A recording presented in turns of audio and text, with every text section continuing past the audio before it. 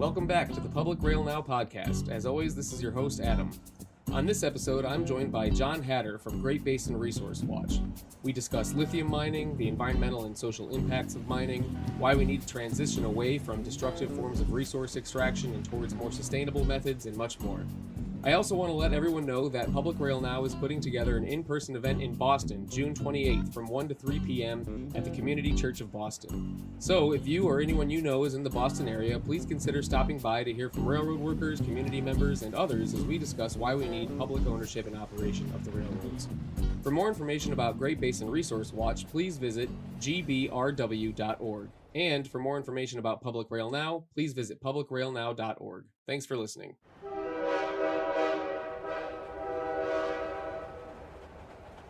I'm John Hatter, Hadder. I'm the Executive Director of Great Basin Resource Watch. We're a nonprofit here in Nevada. Our offices are in Reno, and we've been around since 1994. Our focus is on mining and working with communities to protect their land, air, and water from the damaging effects of mining. We do public policy work. We go to the communities where things are happening on the ground and do organizing, as well as understand what their perspectives are, and that drives a lot of our policy work. We also connect with agencies and regulators, as well as the mining companies themselves. Often going out to the various mine sites to do site visits with the mining company. So we try to complete the triangle between community, regulators, and industry, and talk to all three and to try to make it, try to improve things, work with communities, improve things on the ground for them. Yeah, John, thank you so much for being on the program. Really appreciate your time, and I'm looking forward to talking with you about all this because it is such a critical issue, this especially lithium mining. And I was wondering if you could kind of give maybe a brief history or some background on lithium mining in the Great Basin region, and what kind of current mining operations are there, and maybe a little bit about what the extraction process looks like and all that. Well, there's only one lithium mine operating in the entire U.S., and it's in Nevada. And it's the Silver Peak operation, which is somewhat central Nevada, central western. It's been around since the 1960s. It's not a really large operation. It's fairly small. And they pump brine water from the deep aquifer, and they use an evaporation method to get to the lithium. This is the same kind of approach that's used in South America, in Bolivia, Argentina, and Chile. And it's lithium is dissolved in this brine water, and it's a series of what they call selective evaporation and precipitation. So they have these vast, large areas of open surface where the solution is evaporated, and then certain what they call selective crystallization, where the different minerals are crystallized out at different levels of concentration, and then they with the fluid that's left, they work on that, and sometimes they dissolve some of the additional minerals that are crystallized out, and some of the lithiums in that too. So it's what they call selective crystallization process. And the sun, basically the open areas are open to the sun for evaporation. And so they actually don't require a lot of energy in terms of the processing. The most energy that's required in those kind of operations is the pumping of the fluids, which can be significant at deep levels. And they often use a fair bit of water, because in order to do this selective crystallization of the lithium minerals, you require fresh water in that process as well, to selectively dilute in some cases, or in some places redissolve crystals. So it's a kind of an involved process. So you see a series of evaporation ponds down at the Silver Peak site in central Nevada, where they do that, and that's been going on for many years, and it continues to go on. The new lithium mining operations that are being proposed, a lot of them for Nevada, are not based on evaporation, but they're actually more of a traditional mining process, where you have an open pit and you extract the lithium from what's called an ore using various methods. The Thacker Pass project is the first new lithium project to be permitted in the United States, and that is in northwestern Nevada. And the lithium deposit is in the what's called the McDermott caldera, which is an ancient volcanic area. And the lithium is concentrated in a clay-like material. And to extract the lithium from that clay-like material, they use concentrated sulfuric acid, which is the same kind of acid that's used in the common lead acid battery. So it's a very different approach than the evaporation ponds. And they have all of the usual issues, things that come up with any kind of hard rock mining or mining operation that uses an open pit. You've got waste material that's left over and so forth, and there's all the different components. I'll stop there. But that's what's the new operations are being proposed. It are kind of more of that type of thing. There's also a mine that's trying to be permitted in near Silver Peak, which would also be a standard open pit mine, which is the Rhyolite Ridge mine, and they would use a similar kind of approach to extracting the lithium in that one. There are other operations in Nevada which may be brine operations like Silver Peak, but a lot of them we're seeing are these clay deposits. And they're using strong, like acidic methods to draw the lithium out of the ore. When I think about lithium, I think about all the different things that it's used for. And then I start thinking about what kinds of corporate connections there are, because, I lived in Nevada for a number of years when I was an organizer for a union out there before moving back to Cleveland. But I remember when, there was the deal with Elon Musk and moving Tesla out there. So what kinds of, for listeners that might not know, what is lithium used for? What kind of corporate connections are there to these mines? Like who's pushing for these mines to be expanded or opening up new mines and things like that? Right. Well, lithium has historically been used for a number of chemical processing. There's lithium-based lubricants, and those go back a while. In the past 10, 15 years, there's been development of lithium-based batteries, and that's where the real demand is coming from. Is this idea that this new technologies that use these batteries? I mean, any laptop, any cell phone that you buy today is going to have a lithium-based battery. Lithium has a kind of a little bit of a unique place in the sort of world of chemistry. It's the lightest metal on the periodic table, and it's very small. It's a very small metal, so that allows lithium-based batteries to be not quite as heavy as other batteries, and it also allows them to be more compact and be able to store more energy for the amount of volume and the amount of weight.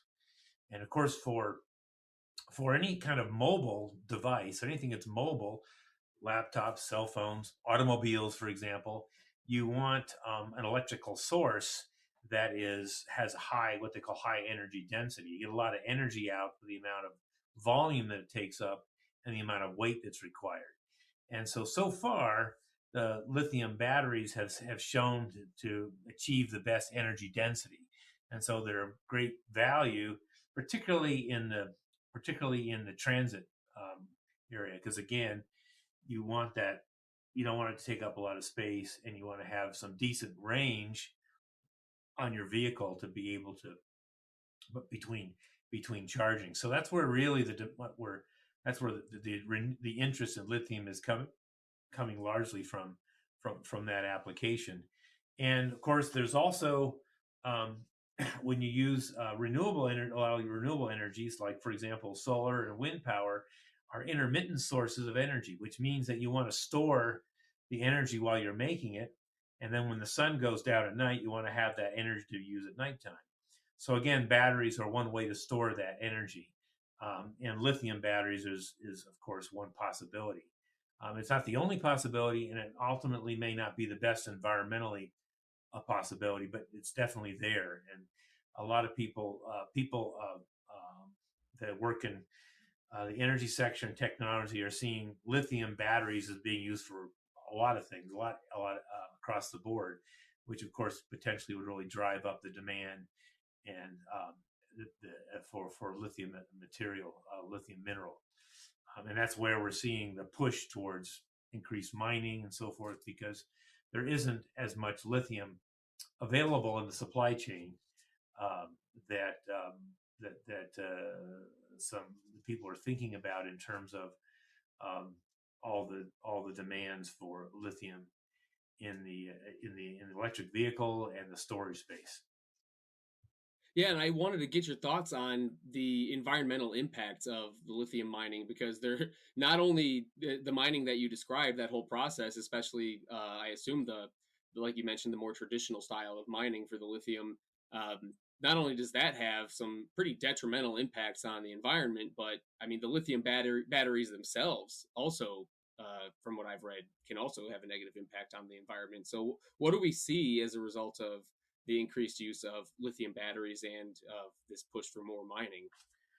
Well, first of all, right off the top, let me just say that mining is very damaging to the environment. Period.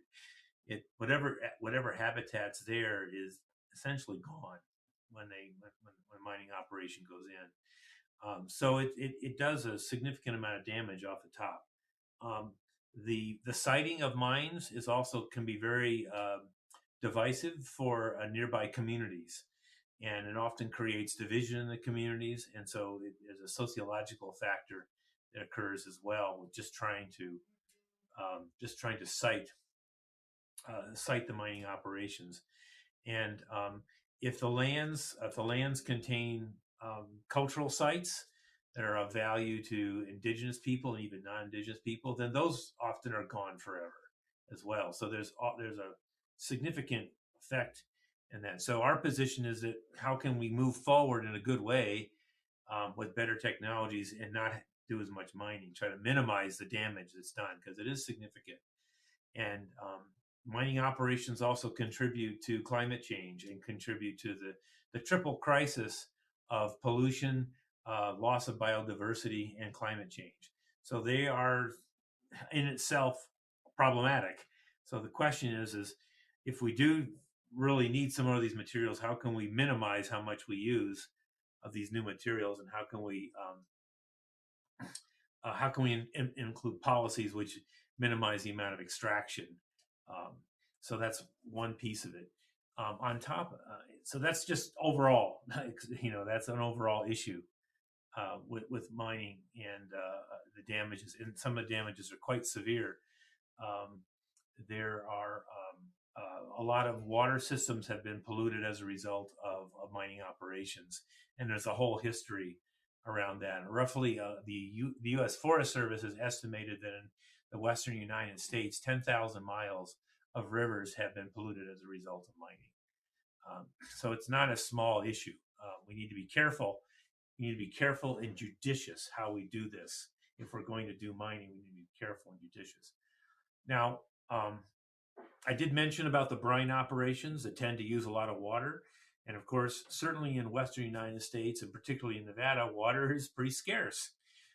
We don't have a lot of clean water, fresh water. So water use is a big issue in a lot of places. Um, um, the operations that don't use are not brine operations, like the Thacker Pass areas. They use an acidic approach to extracting lithium. So basically, the ore is in some way processed a little bit in advance, and then it's combined with an acidic solution and then the lithium is drawn from that solution. And what remains are called tailings. So in any mining operation, after you've extracted the mineral from the rock material, what's left over is called tailings. Um, and those tailings are basically a waste product, and they go out on the land. Sometimes they go out on the land in what's called in typically a tailings facility, which is often um, not lined with anything that's water impermeable. So a lot of times there's seepage that gets into the groundwater, and that can be a problem. Tailings facilities sometimes rupture and can contaminate water systems when they do that. In the case of lithium operations, the main problem is that because there's an acidic, because we use acid to extract the lithium, that acid material can remain in the tailings, and then that goes out on public land. And so the any drainage from those tailings facilities can be enormously toxic because of acid.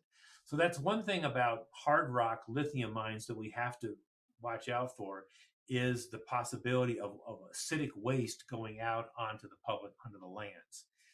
It's definitely an issue. It's important as an environmental aspect to consider. It's not unique to lithium minings. Other types of minerals are extracted using acid, but across the board, we should be regulating this more carefully. We should require that there's no acidic waste that goes out on the land, regardless of what it's going to be, how it's going to be used. So it does have that. It's lithium mines, hard rock lithium mines, are like the other mines. They have the similar kinds of damages, but we do have to watch out for this acidic byproduct that could cause long-term environmental harm. The other thing about lithium mines is a lot of people think that because of the end use of the mineral, that we need to let them be permitted more easily. It's it's not gold. We need these things for batteries, technology, and electric vehicles, and therefore we just need to kind of let these mines get permitted, and not scrutinize them as carefully. And I think that's very dangerous. It's very important that regardless of whether it's lithium or whether it's iron or gold or whatever it is, because of the damages inherent in hard rock mining, these projects need to be scrutinized very carefully and make sure we understand the full consequences of developing the mine, good and bad. And in the cases where there are negative consequences, which definitely will occur, what are the procedures that we can put into place to minimize those damages? And it's important to understand that at the very beginning of the process, instead of finding out later when it may be too late to do anything about it. So it's very important that scrutiny be done. And I think that's one of the things that we've seen.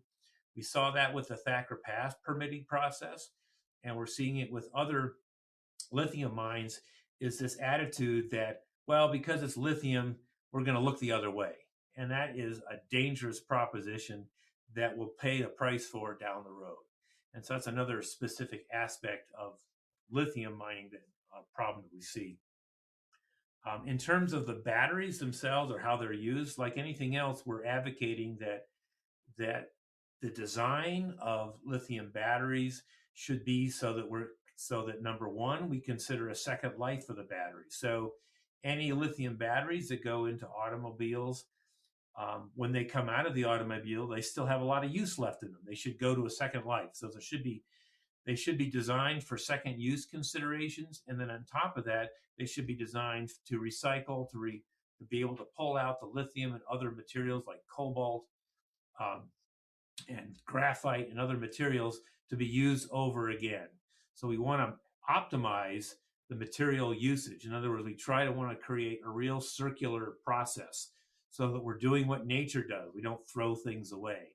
And that way, we'll be able to decrease the amount of lithium extraction that needs to be done. So it's very important that there be an emphasis on design of these technologies so that we can reuse and then recycle optimally to minimize the damages that are going to occur from extraction. And right now, there isn't a good there aren't good policies in place for recycling lithium batteries. It took us a long time to get to a place where lead acid batteries were reasonably recycled, and there's still problems there. So just because there's recycling doesn't mean it's perfect. Recycling processes often have waste streams as well. And this is why the reuse is really important. This is why policies that minimize how much we need to use is important. For example, we think at Great Basin that if, in terms of electrifying transit, the first priority should be our public transit system. Those buses and systems, they're going to run regardless. And so we should be putting the emphasis on those, because the better with the people are able to access public transit and use it, that means it's going to be better for communities, and there's going to be less extraction, less pollution in general. So that's an important aspect. One of the big problems in the United States with transit is that we have a lot of people that are single occupancy vehicles. United States is the largest greenhouse gas producer as a result of transit in the world, and per capita as well. And that's because of this single driver occupancy. Now, people might say, well, if we switch everybody to electric vehicles, then we'll solve that problem. And at Great Basin Resource Watch, we say, no, that's not going to that's not really going to solve the problem. The demand for lithium would be extreme to do that. It's going to take many, many years to actually be able to have the lithium available for all the electric vehicles. And that's not going to solve other problems. The material use for creating all those is going to increase and increase.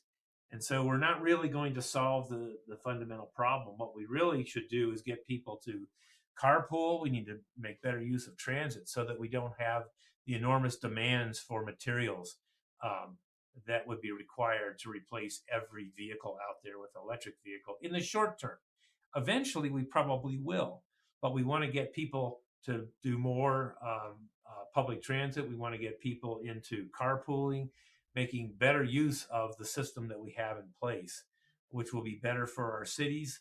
Our cities will be more efficient, and it will require less material. So I think there's policies that we can put into place that will decrease the demand. And we want to make sure that what new technologies we develop, that we have the second uses, and then we have the best reuse and recycling that we can have.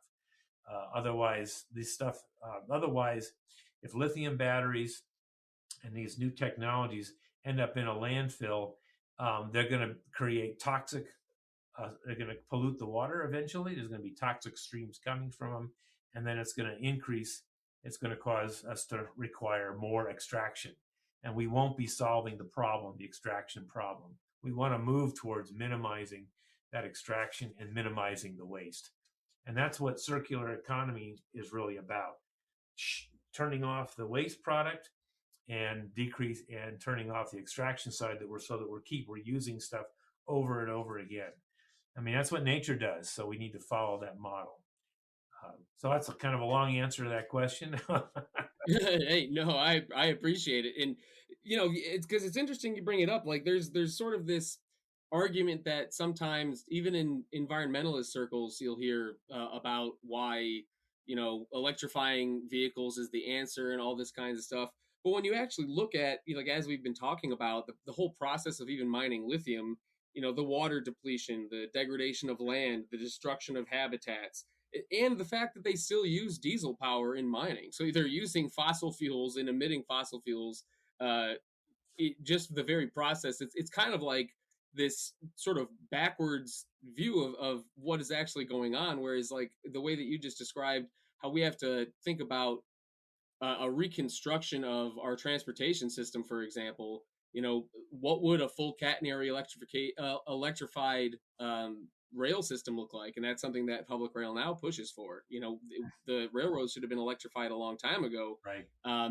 And how could we generate that power in a way that would not be so detrimental to the environment and the communities that are impacted by extraction?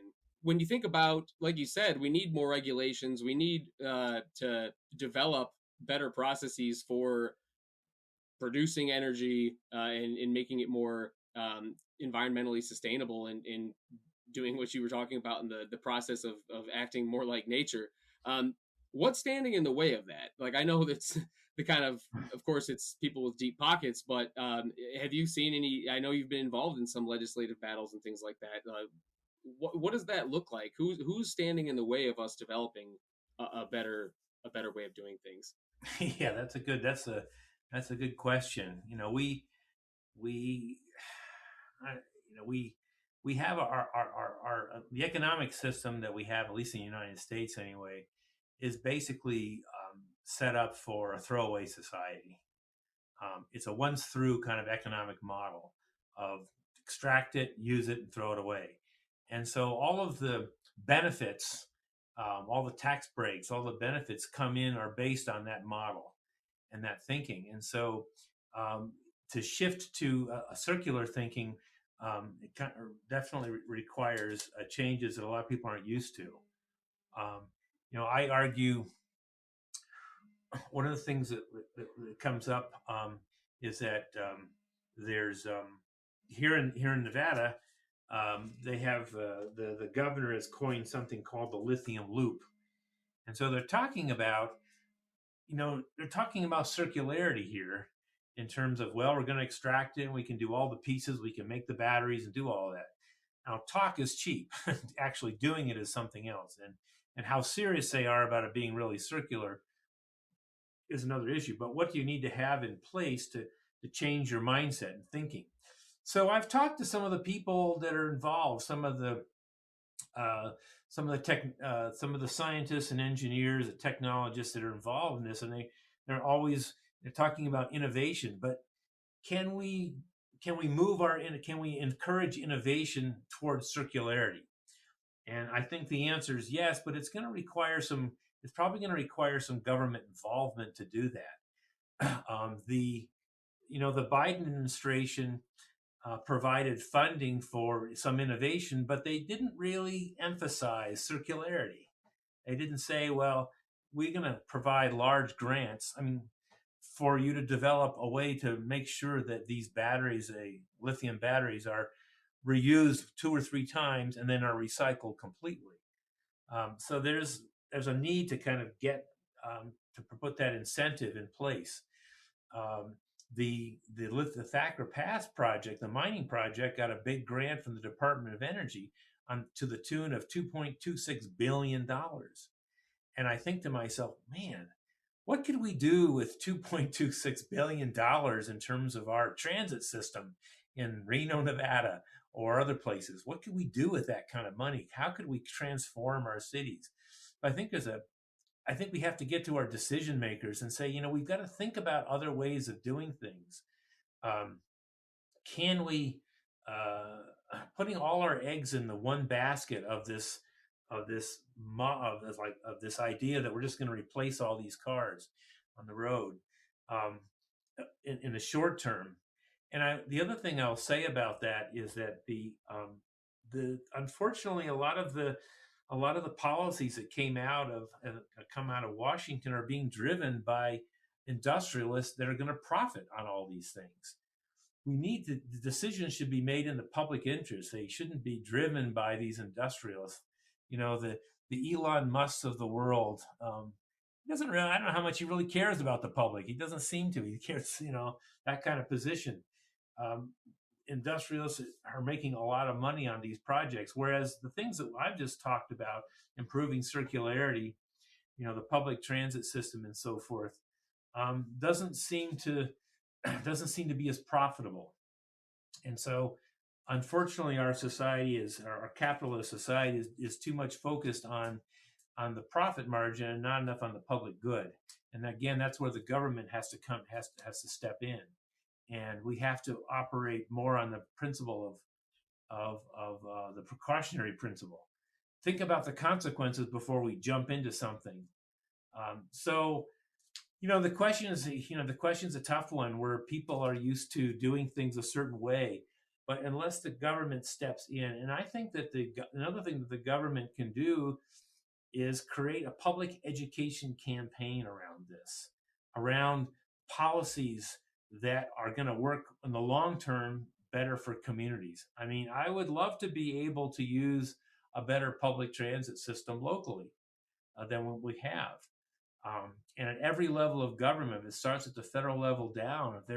If they're introducing policies like, riding the bus is patriotic, um, riding the bus is good for everybody, things like that kind of stuff, we could take the kind of money that's going into the tech sector and we could improve on what we already have significantly just by providing. And there's examples of this. The Smokey Bear campaign, that was a federal campaign to get people to be more careful. Um, things like that, I think are real possibilities. But unfortunately, the industrialists are driving a lot of these policies, and they make money off of it. And so the public interest kind of gets sort of sidelined. Um, we have an opportunity right now. People are thinking more about the environment than they have for a while because of all the talk around climate change. And we see it's happening. Intense forest fires, flooding. We see the polar caps melting. So this is happening. So this is a great opportunity. We have an opportunity now for people who are thinking about things a little bit to do things a little bit differently. To say, yeah, nature's telling us something. Nature's saying that we've got to shift gears. And nature is saying, if you don't do something differently, this stuff is going to continue.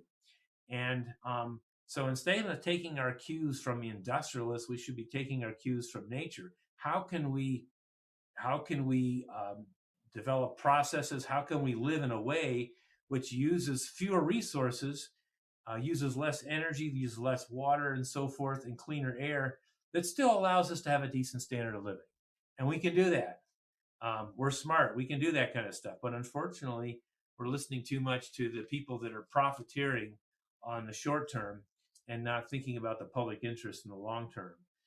So that's my little speech on that. Hey, I couldn't agree more. It got the best government money can buy. It's typical. I think the key is for people to become active on a local level, on every level, to say to their local governments, this is what we want different. We want to see a public campaign on why it's good to ride the bus, for example, and because people are able to act better on a local level, and it's difficult. We're all busy. We've got a lot of lives. People are busy with all this stuff that they're doing, and so it's difficult to find that time. And I would add that I think social media has confounded this issue. That unfortunately it has distracted people away from what we really need to do, and it's taking up a lot of people's time on things. And I think it's something that needs to be regulated more carefully. It also provides very poor source of information a lot of times. It's not well documented. So we're losing our perspective in terms of where we get good information and what's credible, what's not credible, and where we spend our time. So I do think we have to address that issue as well. Definitely. Yeah. And I think, like you mentioned, more and more people are starting to think about the environment and everything that's going on. And something that I've noticed is with the data center craze, they're trying to fast track all these data centers and whatnot into people's communities. And you start seeing, oh, my water's turning brown, things like that. And it's terrible that it's come to the point where something like that has to be forced upon you before you start recognizing, hey, maybe our tax dollars subsidizing the tech industry, so in AI and data centers and all that might not be the best way to go about things. Yeah, I mean, we see that here too. We're getting it, and certainly in Nevada, those kinds of facilities are popping up. And who's benefiting? Who's benefiting from them? What are they doing at these data centers? What are the calculations? What we hear about is how it's going to help us to defeat cancer, and how it's going to help people to have better medical outcomes and that kind of thing. Which is, most people can't argue against that. But I would say, well, wait a minute.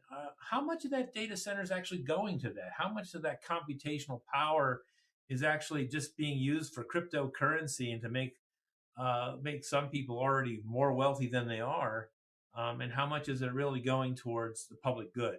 And I think we have to really scrutinize those kind of things. Again, coming back to where's the public good here? Where's our precautionary principle? What are the consequences of these projects? Most companies that introduce new things, they've done research on the consequences of their products. And they often know what are the negative aspects of it so they can advertise or they can market away from those.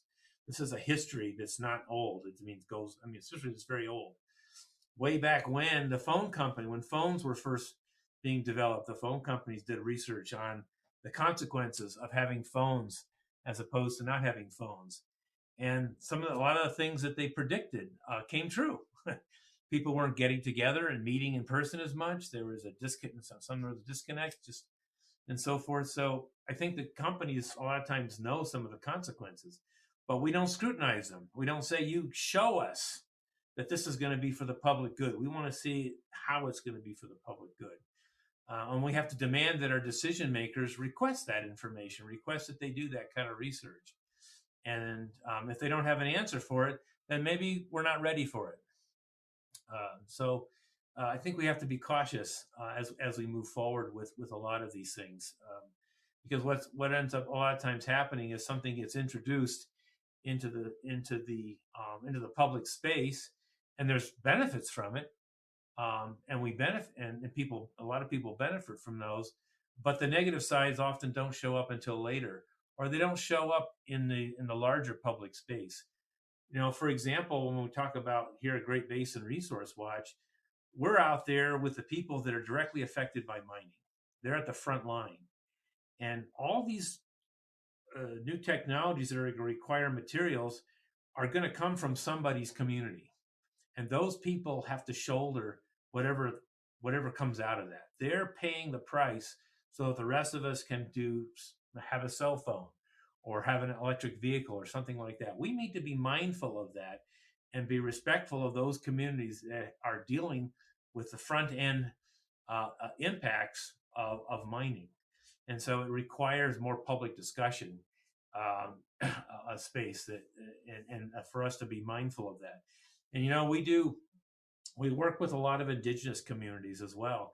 And one thing that we've learned from the indigenous community is that we have to be mindful of the things that we do and take time to think about, okay, what are the consequences if we use an extra gallon of water? What are the consequences if we direct a lot of electricity towards data centers?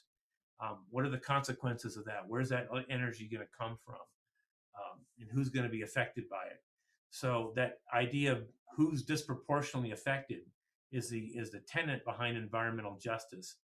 And the current Trump administration doesn't care about environmental injustice. In fact, they kind of get rid of all that stuff. But if we ignore that, then it's going to come up and bite us, and that's exactly what happens. When communities are disproportionately affected, it eventually affects everyone. So I think that it's important that we be mindful and try to implement a precautionary principle on these things. What are the consequences going into this? And let's have a public discussion before something gets deployed out into the public space.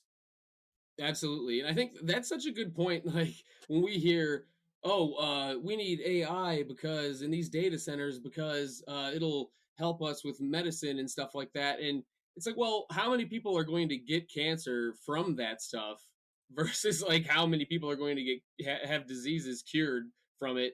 And I just can't help but feel like they I guess their PR campaign would be a lot less successful if they said, we are going to destroy your community so somebody can make an image of SpongeBob SquarePants surfing on the moon. Right. It's just like so stupid. But I kind of go deeper into some of the stuff that you had already been talking about there. The social impacts, the community impacts of this stuff. I remember living in Nevada, the Thacker Pass and Pahemaha, like all the organizing that was going on around that with the Paiute and Shoshone communities out there and the organizers that I was, lucky enough to work with.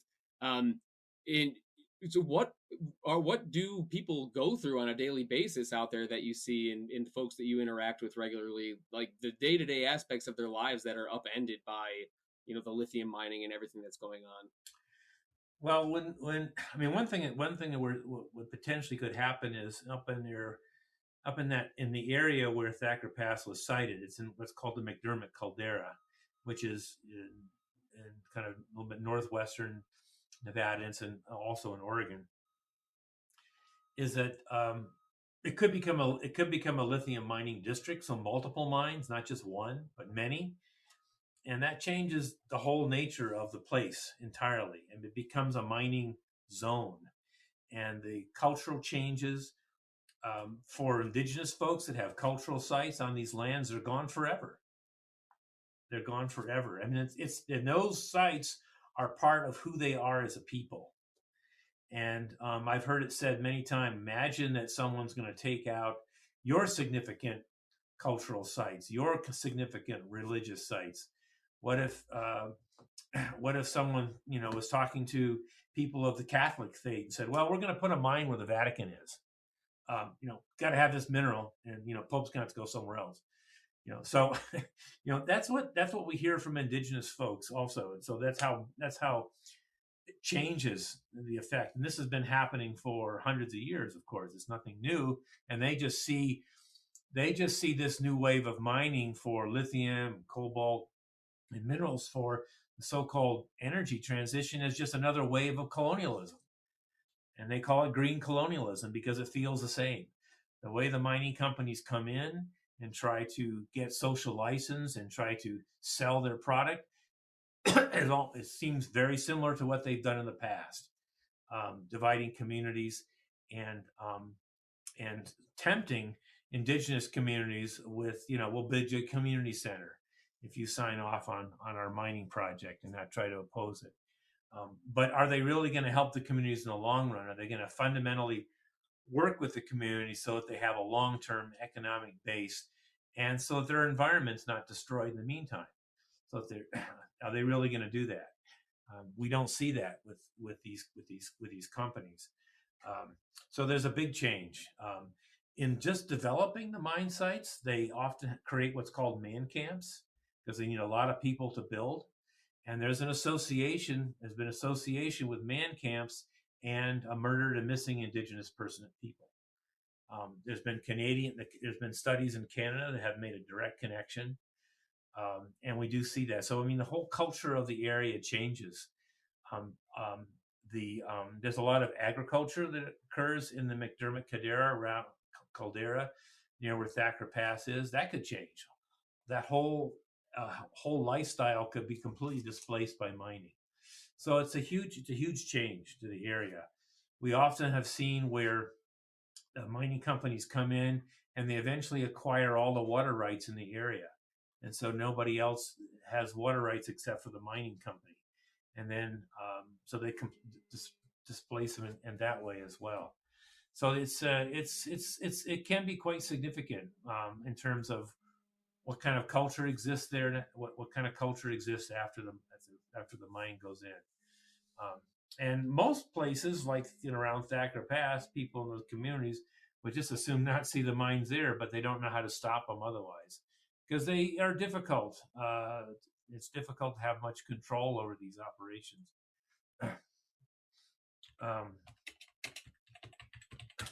But those are some of the cultural aspects. I think, like I said, in our work we think that the indigenous communities are probably most dramatically affected, particularly because of the connection they have with the land and the historical, cultural connection they have. But all communities, all peoples are affected in the area in largely a permanent way, especially if there's multiple mines developed in those areas.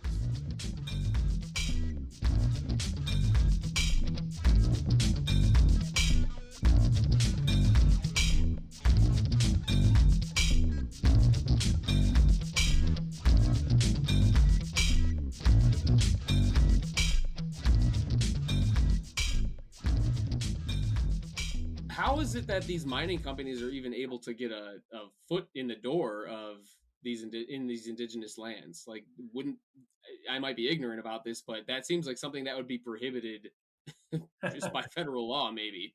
Well, I mean, basically, like Thacker Pass, for example, is almost entirely on what's called public land. So it's managed by the U.S. government. It's not it's not privately owned. It's not on the indigenous reservation land. But it's still the ancestral lands of those people, and they have significant cultural sites there. So, in the United States, anyway, we have something called the 1872 mining law, and that's when it was passed, 1872. So it's very old and it's very antiquated. It has no protections for communities. It has no regulation. It has nothing in it that protects the environment either.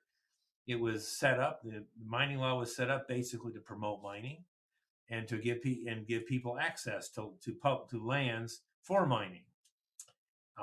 And so, if you have if you have a mining what's called a valid mining claim on a public land that's managed by the federal government, and when I say valid mining claim, meaning there's enough mineral there to build a mine and make a profit, you have permanent occupation rights on the land.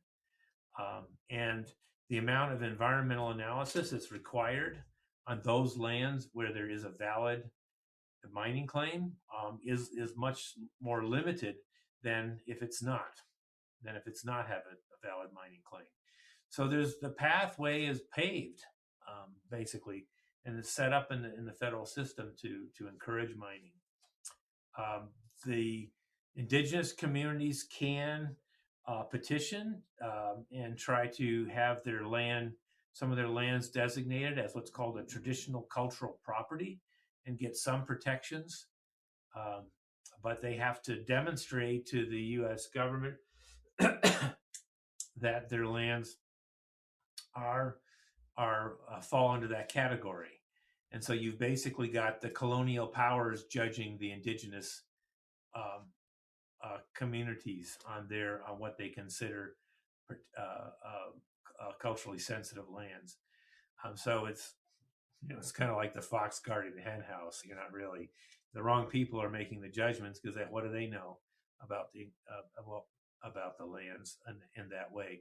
When mining companies, one of the things that mining companies do have to do is they have to have a cultural survey done of the area. A lot of times the cultural surveys are done by archaeologists that aren't from those indigenous communities. In fact, most of the time they aren't. And what do they know about the cultural aspects they don't have a history in the lands. So it's really kind of the wrong people that are making those evaluations. If the indigenous community says, if people from that community, especially the elders that are familiar with what's sensitive on the lands, if they say they have a cultural site there at Great Basin Resource Watch, we say, okay, we agree. We're not going to try to argue that. So that means that whatever is being planned for that area, you should be consulting with these people and making sure it's okay with them first. And if they say it's not okay, well, then you got to go somewhere else. We support what's called free, prior, informed consent, which means they have to have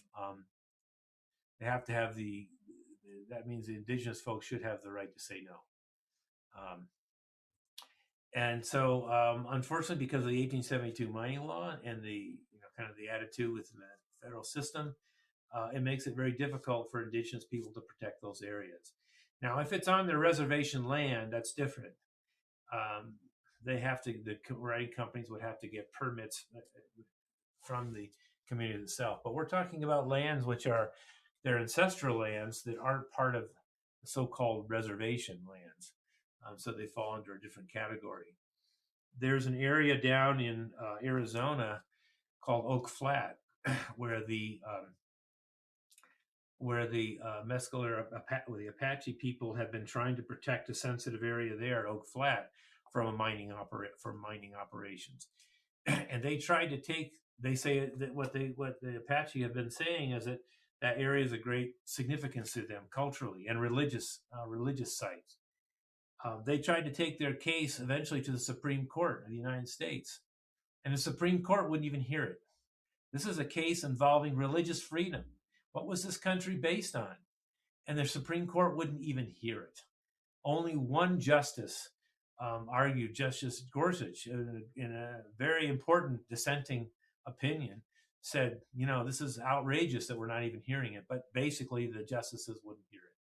So, I mean, this is the problem that indigenous folks have, is trying to get the colonial government to accept their position on the sensitivity of these lands and what they consider to be off limits to extraction and other activities.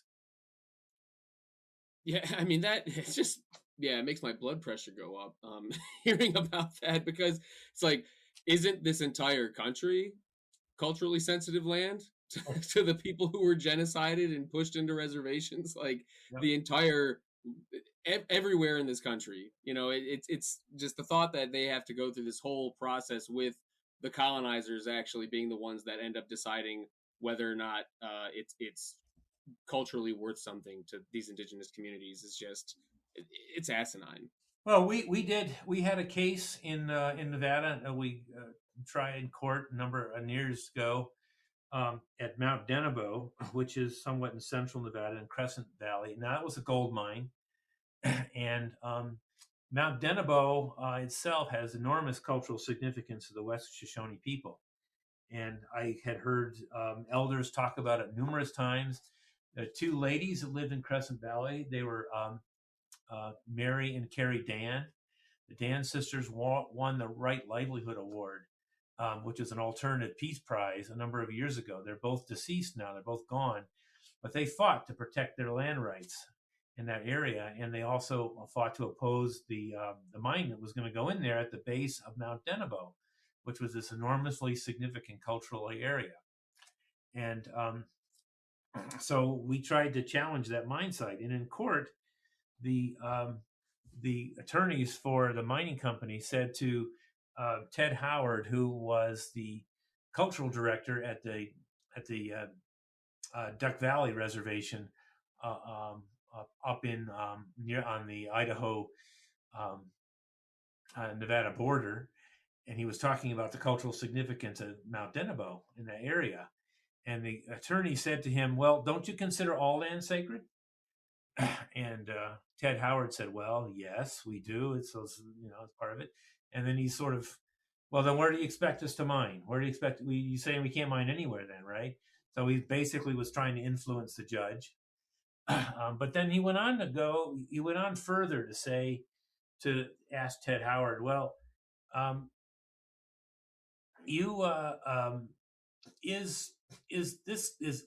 this mine goes in, is this gonna force you to do something against your religion?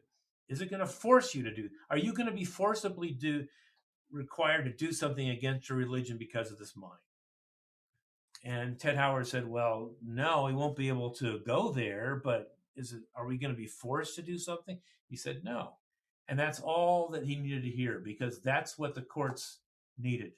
That's what he needed to say, okay, since you're not being forced, then the law is on our side. Because there was a ruling in the district court, in the Ninth Circuit District Court, that went along those same lines. So that has been how the courts have narrowly interpreted Native American religious freedom, is that unless you're being forced to do something against your religion forcibly, then it's okay, even though that site is no longer going to be available to them.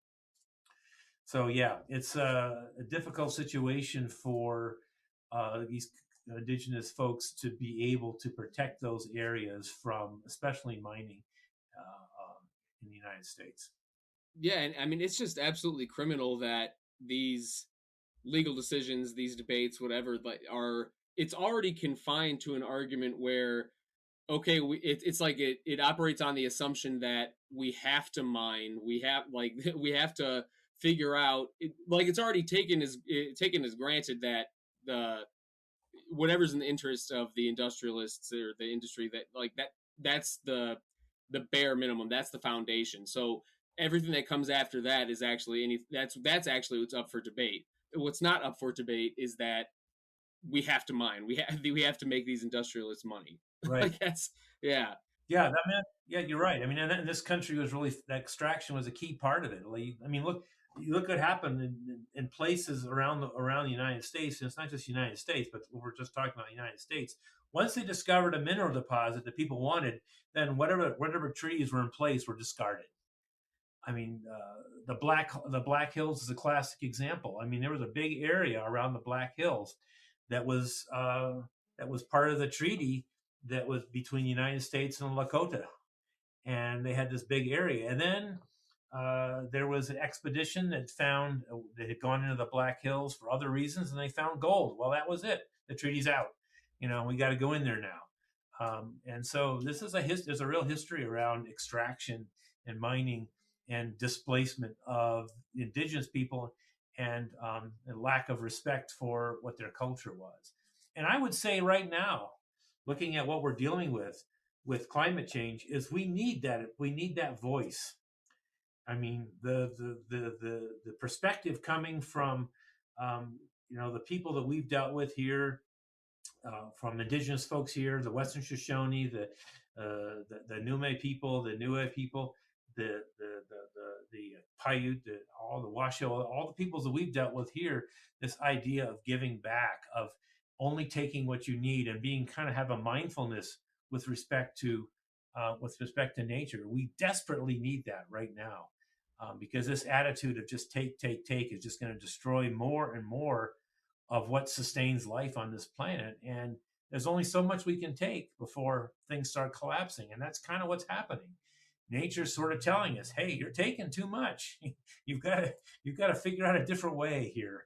And we desperately need that perspective right now. And so we're hoping at Great Basin that people will begin to finally start listening to that perspective and sort of pull back and say, well, maybe we don't need to mine as much. Maybe if we do other things differently, maybe if we have like I said, better transit systems, maybe if we are more mindful of how we use materials, if we think about everything that we use, how can we design the things that we use so that we can get multiple uses out of them, and then at the end of the day we can figure out how to dismantle them so we can reuse all the pieces that are in them. That's a pretty tall order, especially for things like cell phones and computers, which are very complex integrated pieces. And so we challenge all those clever innovators out there, all those engineers and so forth, to think about how we can design these materials for second, third, fourth life, and then reuse the basic materials. That's a big technical challenge that I think is worthy of their time. Definitely, I think it's a political and economic challenge as well, because we know, I mean, it's the information's out there. It's not a conspiracy that things are made to break down, so you have to buy more. Planned obsolescence is a real contributing factor to all this. They could make a refrigerator that lasts your lifetime, or a laptop, or a phone, or whatever it is, and you wouldn't have to keep buying the next model, the next model, the next model.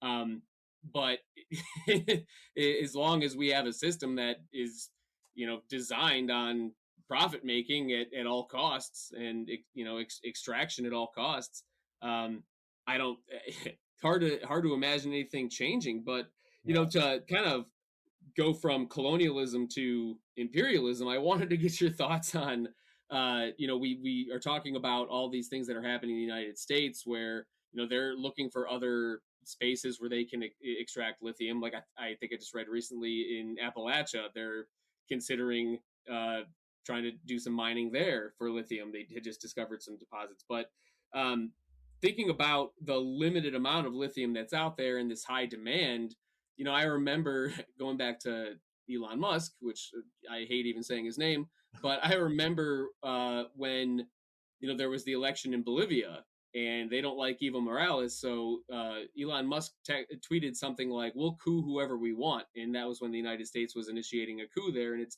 lo and behold, there's lithium in Bolivia. Elon Musk owns Tesla, wants more lithium. So I wanted to get your thoughts on maybe the implications for increased global conflict over things like lithium or other natural resources that are going to be, stripped bare here. Um, I mean, what do you see on the horizon if we don't figure out an alternative way of doing things? Well, a couple things. I mean, off the bat, I would say also that on an economic point of view, that we're paying a longer price economically in the long term. So it's short term thinking. Um, you know, there are some people that are making profits in the short term, but we're ultimately paying the price in the long term. I mean, there have been people studying the costs of climate change, for example, enormous costs of climate change, and we're seeing that happen, and that's because that we're not. It's because of the same mindset, and so if we if we have if we develop our economy a more circular nature, it's actually going to economically benefit future generations. But unfortunately, we're into this short-term thinking. We have to get out of that. We have to think about our grandchildren, our great grandchildren, the seventh generation thinking. So, in terms of economy, our economy is ultimately, I think, better if we're more aligned with what nature can provide. But I mean, that's a history. That's what the United States. United States is a country that uses a lot of resources, and we take them from all over the world. And we have fought wars over resources, and we're fighting wars right now over resources. I think there's a move to try to do more domestic mining so that we're not mining overseas. So the materials. The problem with that is that we mine the materials here, but then they still go overseas for processing. So if we're really trying to think circularity, we want to try to do it as much as we can more locally. So I agree with that. We're not opposed to mining domestically, but the more that we're able to keep it circular means that we won't be having to do as much of it. But there is a huge demand for these materials in the military sector, and when you make weapons and various materials that you make weapons and those sorts of things that are used in wartime, those are completely destroyed in war actions. Whether it's the drones that they are using now or whatever the weaponry material is, it's completely destroyed. And the way that it is destroyed makes it really makes it unsalvageable. And so war is an enormously wasteful, and it's like completely the most opposite of circularity. And so what we're seeing here is that the military is now looking for these materials as well, and is driving the demand also. And so we need to step back and say, well, what do we really need our military for, and how can we decrease that military demand as well? Making war with Iran instead of trying to negotiate a settlement on nuclear issues is another example of increasing the demand for critical and these materials that we're just going to have to dig up somewhere. And the industrialists of the world don't care where they get them, so long as they can get them somewhere. And what's interesting to look at is how some of these companies behave in different regulatory environments. For example, what happens when they go to Peru or to Chile, or when they go to Yugoslavia, or when they go to some other country versus the United States? Do they uphold the same environmental standards and the highest environmental standards, or do they try to make use of the fact that countries that don't have good environmental and social standards and make use of that? And I think we've seen that as a problem. There has been enormous conflicts over minerals in many countries because the governments are not able to regulate those industries. And those industries have leveraged their position with those governments and actually been able to encourage our government to install leadership in some of those countries, particularly in South America. This has happened, that are favorable to mining and extraction, and at the cost of the communities, especially indigenous communities in those areas.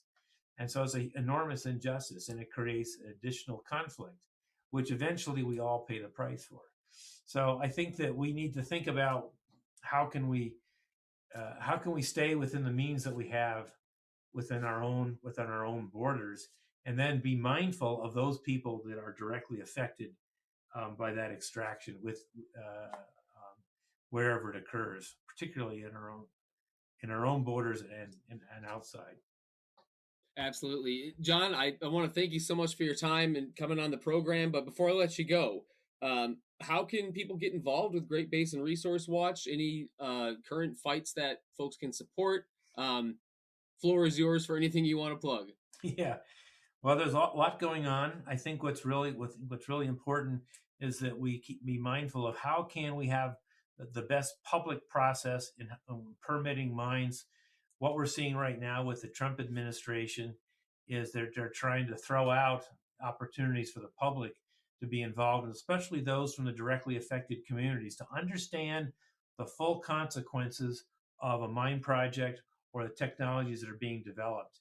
And so it's very important that we stand up for public debate and not allow this administration or any other administrations to undermine the public engagement piece of it. And so at Great Basin Resource Watch, we have a website. You can go to our website and see what's going on there. But stand with us, with the communities that are directly affected. There is a move, and there's been a move in Congress, and it originally was under what's called the Mining Regulatory Clarity Act. But the components of that bill are possibly going to show up in other bills. And so we encourage anyone to send to their representatives and say that the 1872 mining law needs to be reformed. It needs to be reformed so that there are environmental protections, so that there's more public process and engagement. And the language that appeared in the Mining Regulatory Act moves in the wrong direction. You need to oppose that kind of language and support more environmental protection and public engagement.